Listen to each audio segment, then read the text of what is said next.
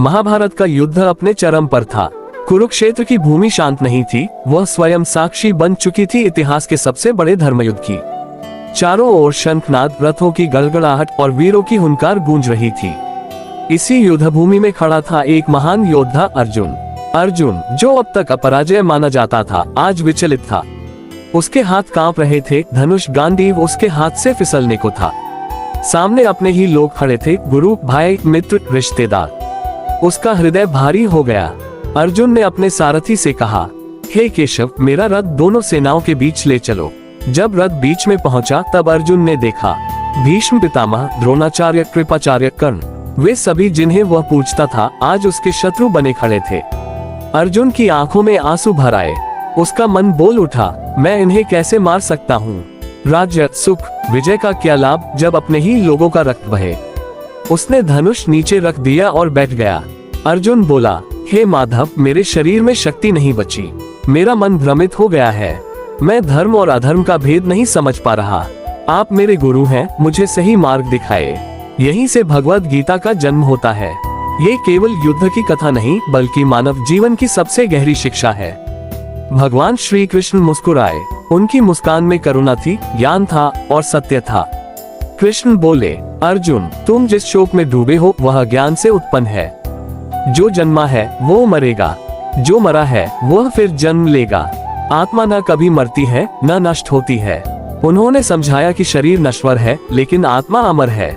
जिस प्रकार मनुष्य पुराने वस्त्र त्याग कर नए वस्त्र धारण करता है, उसी प्रकार आत्मा पुराने शरीर को छोड़कर नया शरीर धारण करती है।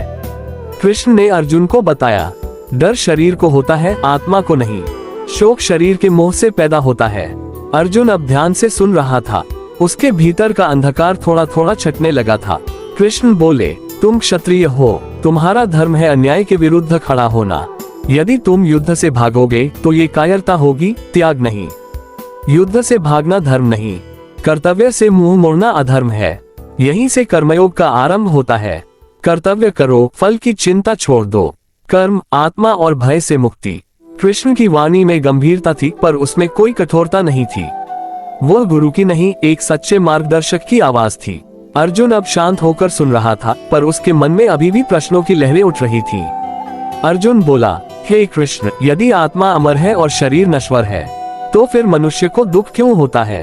भय, मोह और शोक क्यों हमें जकड़ लेते हैं? कृष्ण ने उत्तर दिया, अर्जुन, दुख आत्मा को नहीं, मन को होता है। और मन दुखी तब होता है जब वह अपने कर्तव्य को भूल जाता है। उन्होंने समझाया कि मनुष्य 3 चीजों से बंधा रहता है, इच्छा, आसक्ति और अहंकार। जब हम किसी कार्य को केवल अपने लाभ के लिए करते हैं तो हम उसके फल से बंध जाते हैं, और जब फल हमारी इच्छा के अनुसार नहीं मिलता तब दुख जन्म लेता है। कृष्ण बोले, तुम कर्म करने के अधिकारी हो, पर कर्म के फल पर तुम्हारा अधिकार नहीं है। यही है कर्मयोग का मूल सिद्धांत। कर्मयोग का अर्थ यह नहीं कि कर्म छोड़ दो, बल्कि इसका अर्थ है कर्तव्य को ईश्वर को समर्पित कर दो।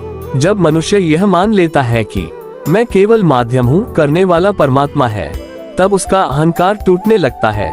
कृष्ण ने आगे कहा, जो व्यक्ति सफलता में अहंकार नहीं करता और असफलता में टूटता नहीं, वही सच्चा योगी है। अर्जुन के मन में अब एक नई स्पष्टता आने लगी थी। उसे यह समझ में आने लगा कि उसका भय युद्ध से नहीं, बल्कि फल के डर से था। वह सोच रहा था, यदि मैं जीत गया तो अपनों का नाश होगा, और यदि हार गया तो अपमान मिलेगा। कृष्ण ने उसी उलझन को सुलझाते हुए कहा, अर्जुन, भविष्य की चिंता आज के कर्तव्य को कमजोर कर देती है। जो वर्तमान में जीना सीख लेता है वही मुक्त होता है। उन्होंने बताया कि संसार में कोई भी कर्म ऐसा नहीं जिसका परिणाम न हो, पर जो व्यक्ति फल की इच्छा छोड़ देता है वह कर्म के बंधन से मुक्त हो जाता है। कृष्ण बोले, जिस प्रकार कमल जल में रहकर भी जल से अलग रहता है, उसी प्रकार ज्ञानी मनुष्य संसार में रहकर भी उससे बंधता नहीं। ये बात अर्जुन के हृदय में गहराई तक उतर गई। वह समझने लगा कि संन्यास का अर्थ घर बार छोड़ना नहीं, बल्कि आसक्ति छोड़ना है। कृष्ण ने ये भी स्पष्ट किया, जो कर्म छोड़ देता है वह त्यागी नहीं होता, और जो कर्म को ईश्वर को अर्पित कर देता है वही सच्चा त्यागी है। अर्जुन ने पहली बार अपने भीतर एक स्थिरता महसूस की। उसकी आंखों में जो भ्रम था वह अब धीरे धीरे समाप्त हो रहा था। उसने पूछा, हे माधव, क्या हर व्यक्ति इस मार्ग पर चल सकता है? कृष्ण मुस्कुराए और बोले, हाँ अर्जुन, राजा हो या सेवक, गृहस्थ हो या सन्यासी, जो अपने कर्तव्य को निष्काम भाव से करता है वह मुझे प्राप्त करता है। उन्होंने कहा कि जीवन का उद्देश्य सिर्फ सुख पाना नहीं बल्कि सही कर्म करते हुए आत्मज्ञान प्राप्त करना है। युद्ध भूमि वही थी, शंखनाद वही था, पर अर्जुन अब वही नहीं रहा। उसके भीतर एक नया प्रकाश जाग चुका था, ज्ञानयोग और स्थिर बुद्धि का मार्ग।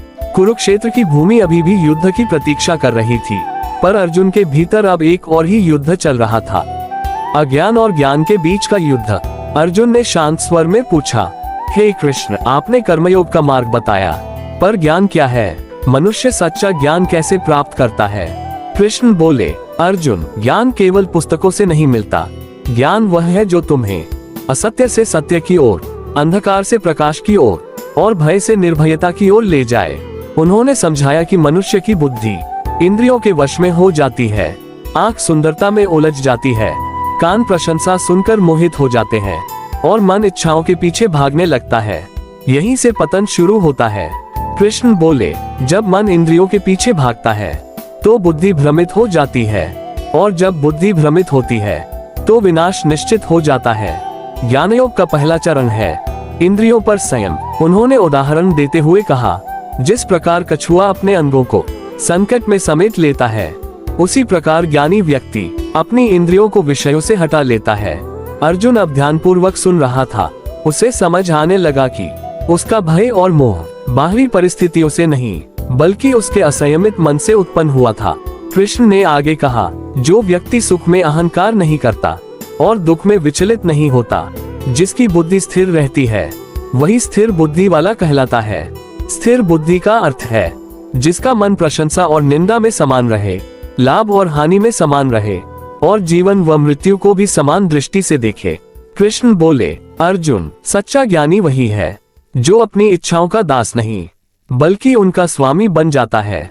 उन्होंने स्पष्ट किया कि इच्छाएं स्वयं बुरी नहीं होती, पर जब वे मनुष्य को नियंत्रित करने लगती हैं, तब वे बंधन बन जाती हैं। ज्ञानयोग सिखाता है इच्छाओं को मारना नहीं बल्कि उन्हें समझना और नियंत्रित करना। अर्जुन ने पूछा, हे माधव, क्या ऐसा व्यक्ति संसार में रहते हुए भी मुक्त हो सकता है? कृष्ण ने उत्तर दिया, हाँ अर्जुन, जो व्यक्ति भीतर से जाग चुका है वह संसार में रहते हुए भी उससे बंधता नहीं। उन्होंने कहा कि जो मनुष्य हर कर्म से पहले अपने विवेक से प्रश्न करता है, क्या ये कर्म धर्म के अनुसार है, वही सच्चे ज्ञान की ओर बढ़ता है। अब अर्जुन का मन पहले से कहीं अधिक स्थिर था। उसके भीतर एक विश्वास जन्म ले चुका था कि वह सही मार्ग पर है। कृष्ण ने अंत में कहा, ज्ञान बिना कर्म अधूरा है और कर्म बिना ज्ञान अंधा है। जब दोनों मिलते हैं तब मनुष्य पूर्ण होता है। युद्ध अभी शुरू नहीं हुआ था, पर अर्जुन का अंतर्मन अब युद्ध के लिए तैयार हो चुका था। योग, प्रेम और समर्पण का मार्ग। अर्जुन का मन अब पहले जैसा अशांत नहीं था। कर्मयोग ने उसे कर्तव्य का साहस दिया था, ज्ञानयोग ने विवेक की दृष्टि दी थी, पर फिर भी उसके हृदय में एक प्रश्न शेष था। अर्जुन बोला, हे कृष्ण, आपने कर्म और ज्ञान का मार्ग बताया, पर मन को पूर्ण शांति कैसे मिले, ईश्वर को कैसे पाया जाए? कृष्ण के मुख पर कोमल मुस्कान आ गई। उन्होंने कहा, अर्जुन, जहाँ कर्म और ज्ञान कठिन लगने लगे, वहाँ भक्ति का मार्ग सरल बन जाता है। भक्ति योग का अर्थ है पूर्ण प्रेम और पूर्ण समर्पण। कृष्ण बोले, जो व्यक्ति मुझे प्रेम से स्मरण करता है, जो अपने हर कर्म को मुझे अर्पित कर देता है, मैं स्वयं उसका मार्गदर्शन करता हूँ।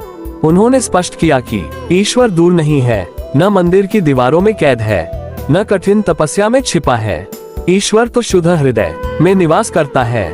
कृष्ण ने कहा, अर्जुन, मुझे पाने के लिए न विद्वान होना आवश्यक है, न धनवान होना, केवल एक सच्चा हृदय ही पर्याप्त है। भक्ति का अर्थ केवल पूजा पाठ नहीं है। भक्ति है हर परिस्थिति में ईश्वर पर भरोसा रखना। जब सुख आए तो अहंकार न करना और जब दुख आए तो निराश न होना, यही भक्ति की पहचान है। कृष्ण बोले, जो मुझे हर प्राणी में देखता है और हर प्राणी में मुझे पहचानता है, वह मुझसे कभी अलग नहीं होता।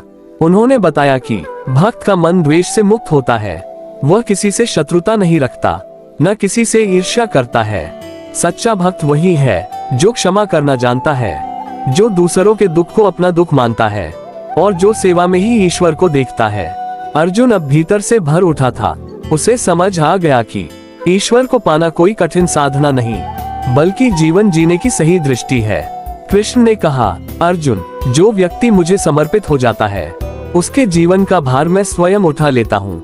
ये वचन सुनकर अर्जुन के हृदय से शेष भय भी समाप्त हो गया। उसने अनुभव किया कि अब वह अकेला नहीं है, हर कदम पर ईश्वर उसके साथ है। कृष्ण ने अंत में कहा, भक्ति, ज्ञान और कर्म तीनों अलग नहीं है। जब कर्म प्रेम से किया जाए और ज्ञान विनम्रता से जिया जाए, तब वही भक्ति बन जाता है। युद्ध भूमि वही थी, पर अर्जुन का हृदय अब श्रद्धा और विश्वास से भर चुका था। सच्चा त्याग, संन्यास और जीवन का संतुलन। कृष्ण की बातें अब अर्जुन के हृदय में केवल विचार नहीं बल्कि अनुभव बनती जा रही थी। फिर भी उसके मन में एक सूक्ष्म शंका शेष थी। अर्जुन ने पूछा, हे केशव, आप कभी संन्यास की प्रशंसा करते हैं और कभी कर्म करने की, इन दोनों में श्रेष्ठ कौन सा है? कृष्ण ने शांत स्वर में उत्तर दिया, अर्जुन, संन्यास और कर्म एक दूसरे के विरोधी नहीं है। समस्या त्याग में नहीं, आसक्ति में है। उन्होंने स्पष्ट किया कि सच्चा त्याग वस्तुओं को छोड़ना नहीं, बल्कि उन पर अधिकार की भावना छोड़ना है।